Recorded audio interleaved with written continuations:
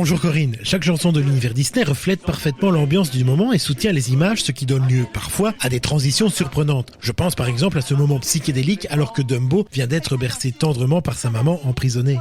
Bonjour Nicolas, tu veux parler de ce moment qui suit la bouleversante chanson Mon tout petit, alors que pour réconforter l'éléphanto, Timothée lui propose de boire un seau d'eau. Un seau d'eau qui en fait est rempli de champagne. Survient alors une scène terrifiante pour le petit. Des bulles de savon qui se transforment en éléphants roses, débutant un défilé obsédant, voire cauchemardesque. Et les formes s'enchaînent jusqu'à ce que le soleil levant voit Dumbo se réveiller au sommet d'un arbre. Mais effectivement, voilà une scène qui semble tellement étrange dans le monde de Disney.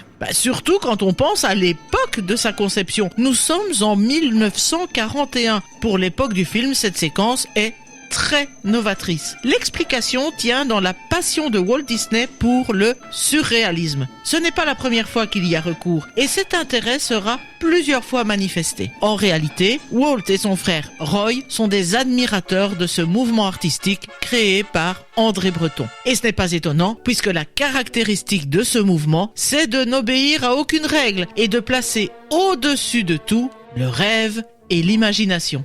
Je te confirme que dans cette définition, on peut reconnaître le besoin de créativité de Walt. Et donc, c'est ce qui va l'inciter à l'intégrer dans Dumbo. En fait, Dumbo n'est pas le premier film Disney à intégrer des éléments manifestement surréalistes. En 1940, une année avant la sortie de Dumbo, Walt profite de l'imagination musicale de Fantasia pour inclure des images novatrices, principalement dans le tableau Toccata et Fugue. À travers l'imaginaire des scènes, l'originalité des décors, il tend à se rapprocher des œuvres de Dali ou Magritte. La touche y est, mais reste encore discrète. Avec Dumbo, c'est une véritable scène surréaliste qu'il propose au public.